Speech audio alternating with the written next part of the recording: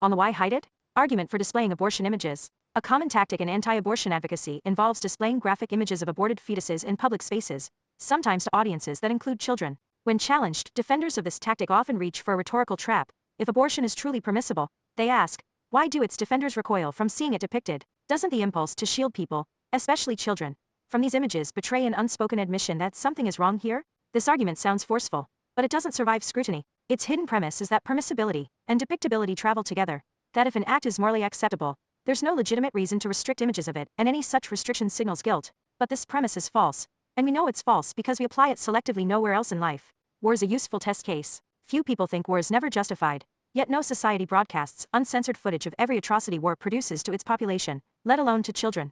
We don't take this restraint as evidence that we secretly believe all war is wrong. We take it as evidence that graphic violence needs context, framing, and often an age threshold, regardless of whether the underlying act was justified. Surgery works the same way. A life-saving operation is unambiguously good, yet we don't screen unedited footage of open bodies in classrooms or on street corners to prove our sincerity about medicine's value. The shielding isn't a confession, it's just how we've always handled graphic content, independent of its moral status. Sex between consenting adults makes the point even more sharply, because here the act isn't just permissible. For most people it's a positive good, something central to human flourishing and intimacy. Yet no one argues that our refusal to show children pornography reveals a hidden belief that sex is shameful or wrong. We recognize instantly that restricting a depiction from children says nothing about the moral status of the act depicted, and everything about the appropriateness of that content for that audience. If anything, this is the clearest case of all, because the gap between this is good and children should see explicit depictions of it is one nobody seriously disputes. So the why hide it argument fails at its foundation. Once that premise collapses, the argument can't reach its intended conclusion.